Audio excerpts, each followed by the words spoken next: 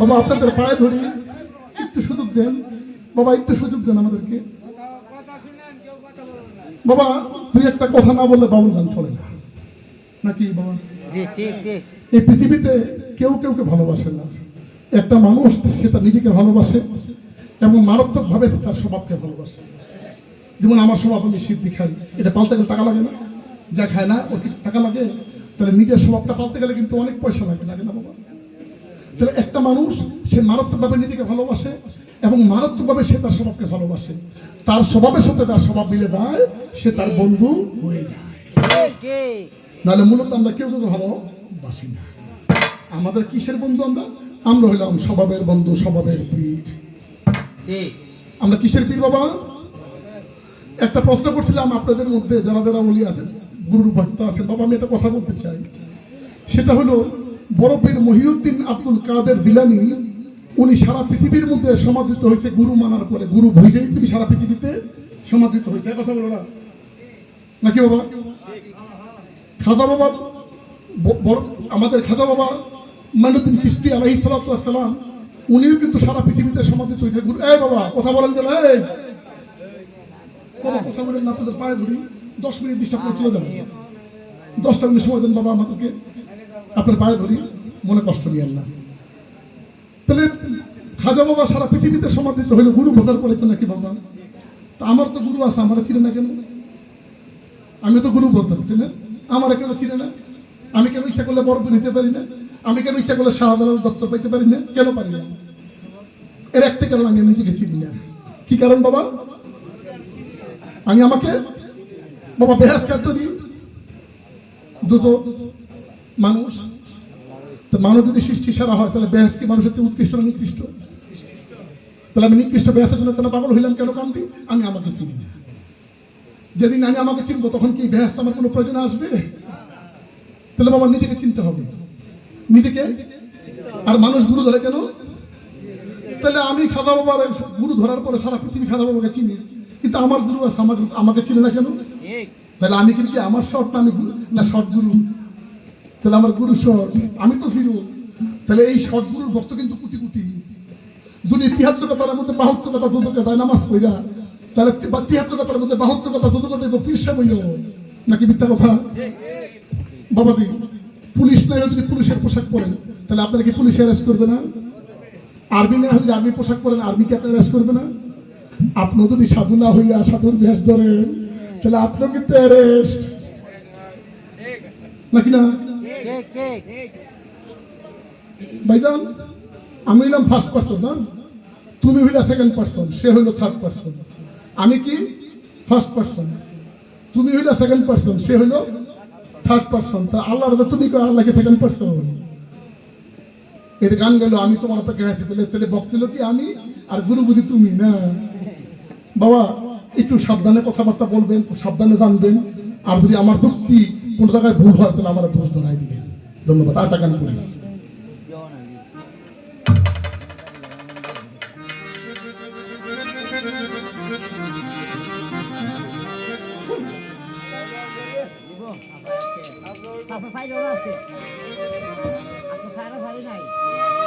কাম গোপন প্রেম গোপন,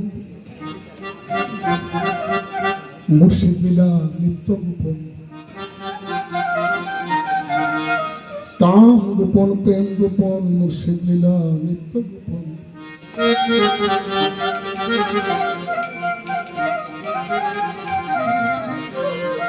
দেখে তোর মক্কা গোপন। বাবা মুসা নবী যে সময় নবী হয়েছে, তখন কাবাগর ছিল, কিন্তু কাবাগরে ওনার সাথে একদিনও দিদার হয় না। দুটো রেখে কোথায়? তুর পাহাড়ে। একবারও কাবাগরে দিদার হইল না। হইল কোথায়? তারপর আসলেন ঈসা আলাইহিস সালাম, ওনার সময় কাবাগর ছিল, কাবাগরে দিদার হয় না। হয়েছে কোথায়? সিনাই পর্বতে। তারপরে মুহাম্মদ সাল্লাল্লাহু আলাইহি ওয়াসাল্লাম আসলেন, তখনও কাবাগর ছিল, কাবাগরে একবার দিদার হইল না। হইল কোথায়? হেরা পর্বতে। তাহলে তিনটা নবীর বাবা এই কাবাগর রেখে পাহাড়ের দিদার কেন হইল, কাবাগরে কেন হইল না? লাইটটা একটু মোছাদা দিয়ে যাতে লাইটটা না উড়ে। তাহলে কাবা সাইড জায়গা। কাবা অর্থ বুঝেন তো? একটু হিদি নিলি কি কাবা অর্থ কি? আরে না এত না। না কাবা অর্থ বুঝেন না। কাবা অর্থ হলো চর। ওই যে পানি থেকে পানি নিচ থেকে মাটি খুলে উঠে না, উঠে চর জাগে না, এই চরের আরবি শব্দ হলো কাবা। যখন সাফা মারা পর্বতের নিচে যখন পানি ছিল, যখন ইব্রাহিম নবীকে বলা হলো তুমি কাবা ঘর তৈরি করো আমার জন্য ঘর তৈরি করো, বলছে কোথায় ঘর তৈরি করবো? ওই যেখানে দেখবা কুচুতি ভাবে পানি থেকে মাটি ফিলে উঠবে, ওই জায়গার মধ্যে আমার ঘর করবা। ওই মাটির থেকে পানিতে ফিলে উঠে, তার নাম হলো কি? কাবা। বাবা আমার তো দাড়ি মুছ ছিল না, হঠাৎ করে দাড়ি মুছ উঠতে শুরু করলো। একটা পানি হওয়ার পরে না বাবা, ওই পানির থেকে তোমরা দেহ তৈরি পড়তে দেহ কাবা। কি বলছে?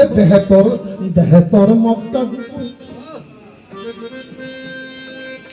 দেহেতর মক্কা গোপনে তাও হলো জানা জানি, গোপনে রয়েছে খোদা তার চিরধনী।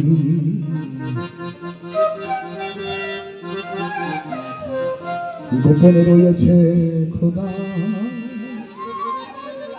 তার চিরধনী। কাম গোপন প্রেম গোপন মুর্শিদ লীলা নিত্য গোপন, কাম গোপন প্রেম গোপন মুর্শিদ লীলা নিত্য গোপন। দেহেতর মক্কা গোপন, দেহেতর মক্কা গোপন তাও হলো জানা জানি, গোপনে রয়েছে খোদা তার চিরধনী। গোপনে রয়েছে খোদা তার চিরধনী।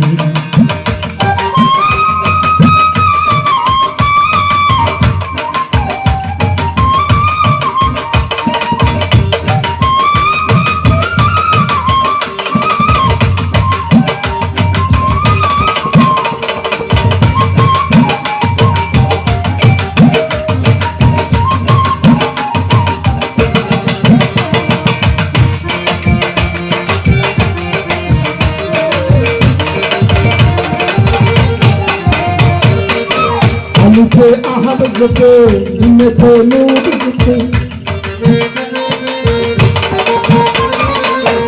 আদমে আহাদ যেতে। বাবারা আল্লাহ বললেন আমার সারা সেজদা করা কি সেরে।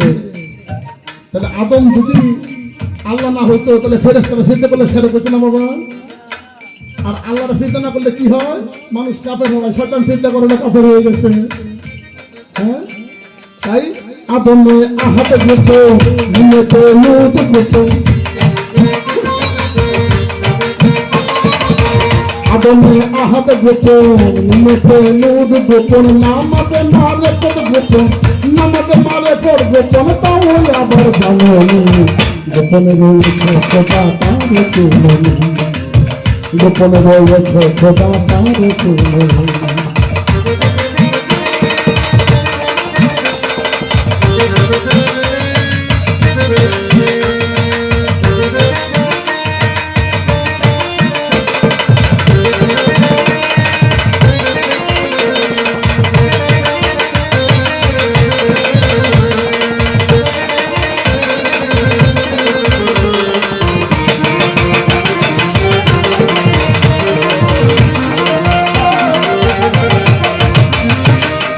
আর স্কুটি লৌহ তবে গোপন ভয় ফকির নামে, আর স্কুটি লৌহ কালাম গোপন ভয় ফকির নামে। উপরে আল্লাহ গোপন, উপরে আল্লাহ গোপন, পীর হলো তার নিশানি, গোপনে রয়েছে খোদা তার চিরধনী। গোপনে রয়েছে খোদা তার চিরধনী। কাম গোপন প্রেম গোপন মুর্শিদ লীলা নিত্য গোপন, কাম গোপন প্রেম গোপন মুর্শিদ লীলা নিত্য গোপন। দেহেতর মক্কা গোপন, দেহেতর মক্কা গোপন তাও হলো জানা জানি, গোপনে রয়েছে খোদা তার চিরধনী। গোপনে রয়েছে খোদা তার চিরধনী। গোপনে রয়েছে খোদা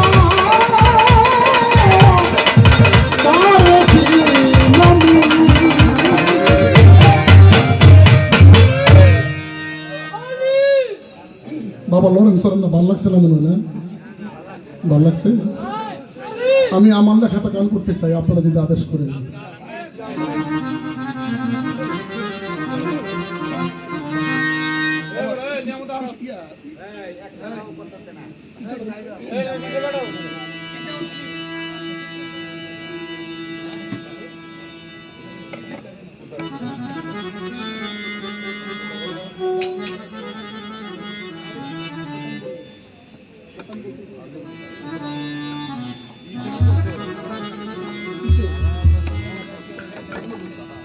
সুরা জাহান্নামের মধ্যে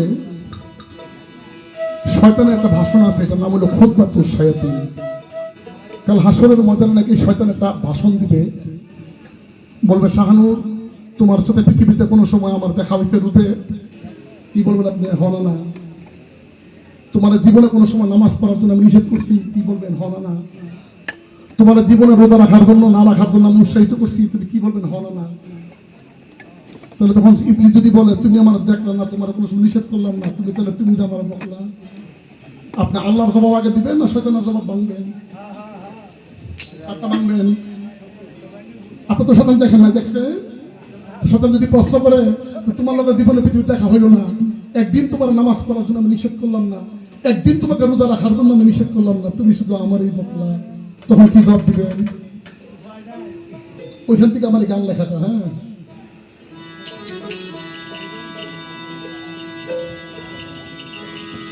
শয়তান বলতে এই পর্যন্ত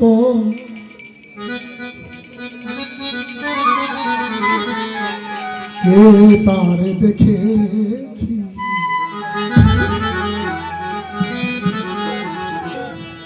একটা গান দেখছিলাম বাবা, 2,24,000 নবী মানলা, শয়তান কেন মানলা না? মারলেই তো পেস লাগবে না। কত দেবো শুনছি বাবা, গানটা লিখছিলাম 2,24,000 নবী মানলা, শয়তান তুমি মানলা না, মারলেই তো পেস লাগবে না, নাকি বাবা? শয়তান বলতে এই পর্যন্ত কে তারে দেখেছি, আসলে আপন ধোকায় আপনি মজেছি।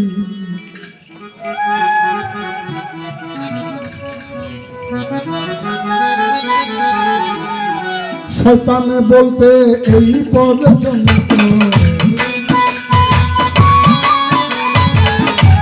শয়তান বলতে এই পর্যন্ত কে তার দেখেছি, আসলে আপন ধোকায় আপনি মজেছি, আসলে আপন ধোকায়।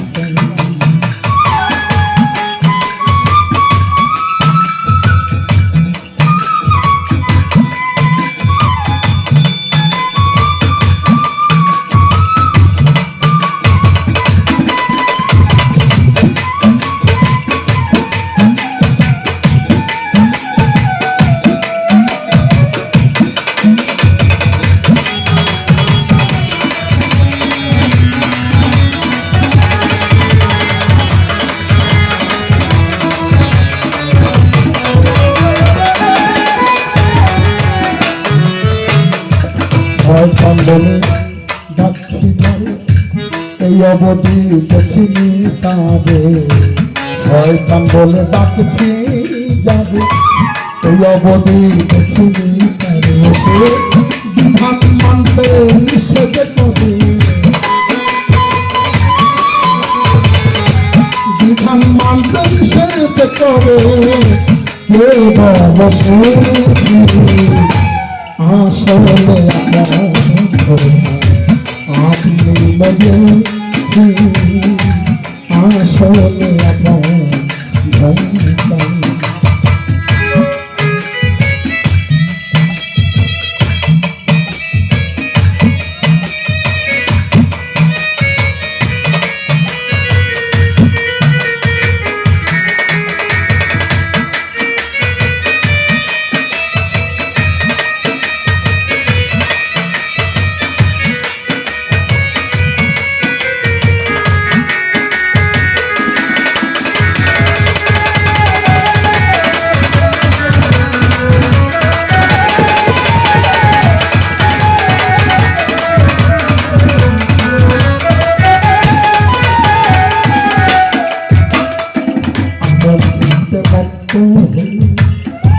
ডুবে থাকি মৃত আপন চিত্তে মত্ত হয়ে, ডুবে থাকি মৃত লালসায় অন্তর বহে, লালসায় অন্তর তবে কোন শয়তানকে আসলে আপন ধোকায় আপন মজেছি আসলে আপন বন্ধু।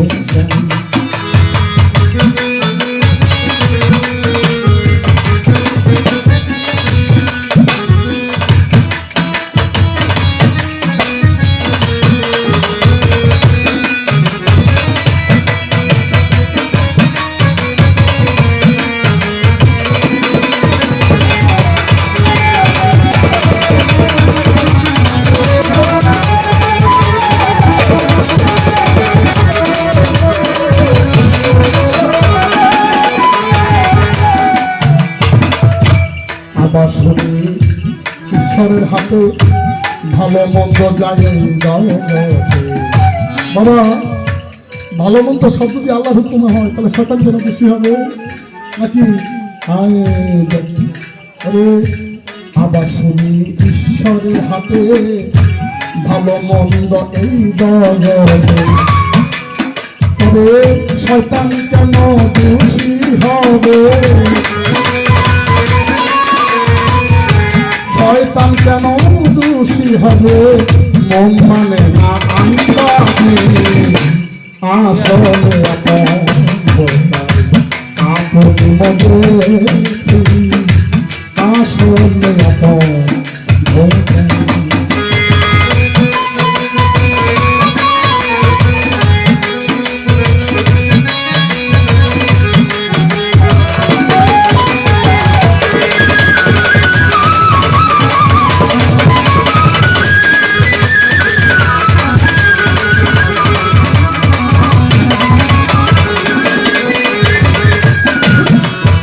আবার এখানে বললাম আমি যা করলাম যা আপন ইচ্ছায়, শয়তান বলে পেলাম কোথায়? পাগল সুমন বলে কি করলাম ভাই, নিজের দোষ পড়তে দিচ্ছি। তা করলাম সব আপন ইচ্ছায়, শয়তান বলে পেলাম কোথায়?